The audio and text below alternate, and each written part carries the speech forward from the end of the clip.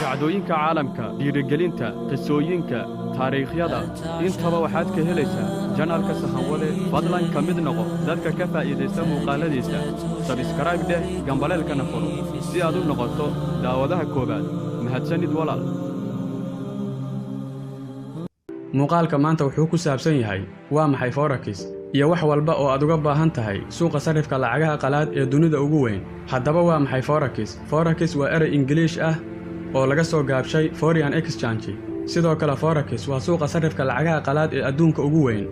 Waa xirfad caalami ah oo ay maalin walba bangiyada iyo maalgashadayaasha shirkadaha leh iyo kuwa shacabka ahiba ay isku bedelaan lacagaha kala duwan ee dalalku ay leeyihiin. Waxa ay iska iibiyaan lacagaha markaas qiimahoodu sarreeyo balse laga yaabo in uu hoos u dhaco. Sidoo kalena waxay soo iibsadaan lacagaha qiimahoodu uu markaas hooseeyo balse la rajaynayo in uu kor u kaco si ay hadhow u sii iibiyaan. Marka lacagtii qiimaha yar lagu soo iibsaday ay suuqa ka yeelato qiimo ka sarreeya kii ay ku soo iibsadeen, deetana kala beddelkaas lacageed ayay khidmad ka faa'iidaan dadku. suuqa sarifka lacagaha qalaad waa fursad 24 saac ee maalin iyo habeenba furan 5 maalmood ee shaqada. Dhaqdhaqaaqa ugu horeeya ee suuqu waxa uu soo bilowdaa saq dhexe habeenka Isniintu soo galayso, waxa uuna xirmaa fiidka hore habeenka Jimcuhu sii baxayo, Sabtiduna soo galayso. Sariflayaasha suuqan ka dhex shaqeeya oo dhan waxa ay ku shaqaystaan hab online ah.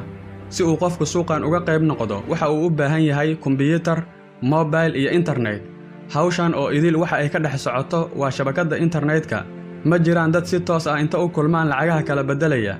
Hase yeeshee maalgashiga iyo maamulidda lacagtaada kulli waxa ay ka dhexdhacayaan waa internetka dhexdiisa.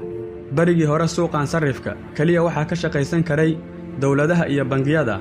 Hase ahaatee kadib markii internetka iyo kombiyuutaradu ay soo baxeen, ayaan fursad u helnay in dadka caadiga ah sidoo kale suuqan qayb ka noqdaan. Tiknoolajiyadda iyo internetku waxa ay dulaalka suuqa ee loo yaqaan broker u fududeeyeen in uu shacabka aniga iyo adiga oo kale ah aan suuqan ka dhex shaqaysan karno innaga oo brokerka sii dhex marayna. Dulaalku waxa uu si jumlo ah u soo iibsaday lacagihii la igu bedeli lahaa lacagtayda, kabacdina waxa uu inoo ogolaaday inaan isaga dhexdiisa si tafaariiq ah uga sii kala gadanno innaga oo brokerka koonto ka furanayna. Dulaalka iyo sida uu u shaqeeyo iyo wax walba oo ku saabsan waxaan uga hadli doonnaa muuqaal kale haddii aad soo codsataan inaan ka hadalno micnaha saxda ah ee dulaalka suuqan. Sarifka lacagaha qalaad waa meel maalin walba lagu kala wareejiyo lacag ka badan 5 trilyan oo dollar. Sidaa daraaddeed suuqani waa qayb muhiim ah oo ka mid ah dhaqaalaha adduunka. Dalalka lacagahoodu qiimaha ugu sarreeya joogaan waxaa maalin kasta ka socda dagaal dhaqaale oo u dhexeeya dalalkaas si uu dal walba u ilaalshado in qiimaha lacagtoodu aysan hoos u dhicin. Taasi oo keenaysa in ay si joogto ah ugu lug lahaadaan suuqan sarifka lacagaha maalin walba. In aad lacag dal leeyahay aad ku beddeshid dal kale lacagtiis waxa ay ku xiran tahay labadaas dal dhaqaalahooda iyo heerarka ay maalintaas kala joogaan. Marka aad dal dhaqaalihiisu hooseeyo aad lacagtiisa soo iibsanaysid, waa inaad haysatid warbixin kugu filan oo kuu sheegaysa in dalkaas lacagtiisu ay qiimo ahaan siyaadi doonto. Dhanka kale, haddii aad dal lacagtiisa iska iibinaysid, waa inaad og tahay warbixin kugu filan in dalkaas lacagtiisu qiimo dhacayso, adiga oo weli haystana aysan kugu sii qiimo dhicin. Lacagaha ugu badan ee suuqan maalintii lagu kala bedelo waxaa ugu weyn lacagta dalka Mareykanka ee US dollar. Waxaa kaloo soo raaca ilaa 7 lacagood ee kala ah Euro, Japan, Great Britain, Switzerland, Australia, Canada iyo New Zealand. Iyaguna saamaynta ugu weyn suuqan ayay wax ku leeyihiin. Dagaalka ugu weyn 8 lacagood ayuu maalin walba dhex maraa. Marka aad noqotid sarifla suuqan ka dhex shaqeeya, waxa aad kala iibinaysaa isbeddelka qiimayaasha 2 ka mid ah lacagaha aan kor ku soo sheegnay. Halkii kala bedel waa inuu u dhexeeyaa 2 lacagood. Si aad u fahantid macnaha saxda ah ee halkan ku jira, bal aynu soo qaadanno tusaale ahaan. Ka soo qaad inaad ka soo safartay dalka Mareykanka adiga oo wata lacagta dollarka dalkaas laga isticmaalo, deedna aad booqasho ku timid dalka Ingiriiska, deetana lacagtii dollarka ahayd aad ku beddeshay lacagta ganiga sterlinka ah ee dalkan laga isticmaalo. Markaas aad isbeddelka samaynaysay waxaa laga yaabaa in halkii dollar uu u dhigmay 1.5 lacagta ganiga sterlinka ah. Haddii aad $100 sarifatid, waxaad haysataa 150 ganiga sterlinka ah. Muddo yar kadib, adiga oo aan lacagtii isticmaalin, ayaad isla Mareykanka dib ugu soo laabatay. Deedna waxaad ku qasban tahay inaad lacagtii dib dollar ahaan ugu beddeshid. Hase ahaatee intii aad soo socotay waxaa isbedelay qiimihii sarifka lacagta. Deedna waxaa suuragal ah in halkii dollar uu markaan u dhigmo 1.4 ganiga sterlinka ah. 150 gani ee aad wadatay marka aad dib u sarifato meeshii aad $100 ka heli lahayd waxaad helaysaa $90. suuqa sarrifka online-ka ah waa sheeko soo shabahda tusaalahan aan soo sheegnay. waxa aad kala gadaysid waa laba lacagood oo laba dal leeyihiin, adiga oo aan midna booqan labadaas dal, balse isticmaalaya kombiyuutarkaaga, moobilkaaga iyo khadka internetka. waxaa jira dulaal dhexdhexaad idiin ah adiga iyo suuqa oo loo yaqaano broker. lacagaha aad kala wareejinaysid oo dhanna waxa ay ku dhex jiraan brokerka gudihiisa.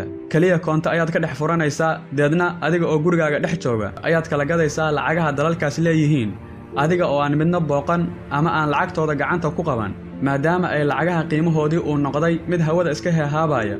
waxa ay fursad u noqotay in sariflayaashu ay si hoose ula socdaan dhaqaalaha dalalka ay lacagahooda rabaan in ay isku sarrifaan. kabacdina lacag dal leeyahay ayay sii odarisi karaan in qiimaheedu uu hoos u dhacayo ama uu kor u kacayo. waana qaabka uu u shaqeeyo forex. haddii ay arkaan dal lacagtiisu qiimo beelayso, waxa ay samaynayaan inay lacagtaas iska iibiyaan. dhanka kalena marka ay arkaan lacag qiimaheedu kacayo ayay soo iibsadaan. wakhtiga aad fiidiyowgan daawanaysi, weli lacagta warqadda ah ayaa dunida ugu awood badan. way jirtaa dabcan in kaararka bangiyadu bixiyaan ay yareeyeen in lacag badan oo kaash ah ay dadku gacmaha ku qaataan, hase yeeshee beddelkeedii qof walba waxa uu koonto ka samaystay bangiga dhexdiisa, deedna waxa uu jeebka ku sitaa kaar yar oo bangigaasi bixiyey oo ay ugu jiraan tirooyin u matalaya lacagta uu koontadiisa bangiga ku haysto, isla markaana uu kaarkaas meel walba wax kaga gadan karo. inkastoo lacagtii warqadda ahayd oo tirooyin iyo kaarar loo beddelay ay jirto, welina ay awood leedahay, balse waxaa dhow wakhtigii ay teknolojiyadda casriga ah ay meesha ka saari lahayd gebi ahaanba lacagtaas warqadda ah oo ay dowladuhu daabacaan, beddelkeedana ay geli doonto lacag dijitaal ah oo kombiyuutar iyo teknolojiyad lagu sameeyey. lacagahan casriga ah ee loo yaqaan cryptocurrency waxa ay soo ifbaxday sannadkii 2009kii, markaas oo ay dunida hormartay la tacaalaysa dhaqaale burburkii ugu xumaa ee wakhtigan casriga ah ay dunidu aragtay. lacagtii ugu horreysay ee noocaan ah ee soo baxda magaceeda waxaa la yidhaahdaa bitcoin. waxaa si furan dunida loogu sii daayey sannadkii 2009kii. hase ahaatee 10kii sano ee ka dambaysay waxaa la sameeyey ku dhowaad 4,000 oo kale lacago cryptocurrency ah. lacagta dijitaalka ah waxa ugu weyn ee uga duwan tahay lacagtii warqadda ahayd ayaa ah in aysan cidina maamulin, halka lacagta warqadda ah ay bangiyadu iyo dowladuhu ay daabacayeen maamulayeenna. lacagtan cryptocurrency-ga ah waxaa lagu sameeyey barnaamij kombiyuutareed ee loo yaqaan cytography, waxaana fududeeyey in lacagtan la samayn karo teknoloji casri ah oo magaceeda loo yaqaan blockchain. waa udubdhexaadka sababta u ah in kacdoonkan lacageed uu bilowdo. waxa uuna meesha ka saaray gacantii saddexaad ee ku dhex jirtay mar kasta oo laba qof ay lacag isweydaarsanayaan. tusaale ahaan, haddii aan adiga hadda lacag kuu soo diro, waxaa qasab ah in lacagtaas aan kuu soo diray ay gacan saddexaad og tahay. gacantaas saddexaad oo ah bangiga aan isticmaalayo, oo hadhow laga heli karo xogtii kala wareejiska dhaqdhaqaaqaas lacageed. hase ahaatee marka aan aniga iyo adiga isku dirno lacag dijitaal ah sida bitcoin ama kuwa kale ee la midka ahba, xogtaas waxaa kaydinaya blockchain oo ah teknoloji dadka oo dhan u dhaxaysa. dowlad iyo bangi toona uusan waxba ka beddeli karin, xogtii uu qabtayna aan laga beddeli karin sidii ay ahayd. xasuusnow, sababta ugu weyn ee gacanta saddexaad keenaysay ayaa ahayd in aysan labadan qof is-aamini karin, oo gacanta saddexaad ay ahaan lahayd meeshii hadhow kala saari lahayd haddii khilaaf yimaado. hase ahaatee markaan xog walba waxa ay ku dhex jirtaa blockchain. dowladaha iyo bangiyadu waxay sannado badan iyagu maamulayeen oo sidii ay doonaan ka yeelayeen lacagta iyo qiimaheeda, balse sida hadda adduunku ku socdo waxa ay u muuqataa in markii ugu horraysay ay shacab, dowlad iyo bangi ay u sinaan doonaan lacagta iyo isbeddelka qiimaheedaba. waxaa xusid mudan sida lacagta aan soo sheegnay ee qiimaheedu heehaabayo, si la mid ah in lacagtan dijitaalka ah iyadana uu qiimaheedu hawada heehaabayo. 2014kii ayaa markii ugu horraysay adduunku bilaabeen in ay bitcoin u aqbalaan lacag wax lagu iibsan karo. intii ka dambaysana bil walba dalal cusub iyo shirkado cusub ayaa aqbalayay in bitcoin ay tahay nidaam lacageed oo wax lagu kala beddelan karo. hase yeeshee si la mid ah lacagta warqadda ah ee dowladuhu daabacaan ayay lacagtan dijitaalka ah iyana qiimaheedu u dhexeeya mid kor iyo hoos u socda ee hawo dhexe heehaabaya. forex waa suuqa ugu weyn ee maalin walba lacagaha dunida lagu kala wareejiyo. haddaba su'aasha ah suuqa forex ma xalaal baa mise waa xaaraan ee maalmahan bulshada Soomaaliyeed isla dhex wareegayso, taas waxaan u daynaynaa culimadeenna Soomaaliyeed ee diinta bartay, cilmigaana baaritaan ku sameeyey.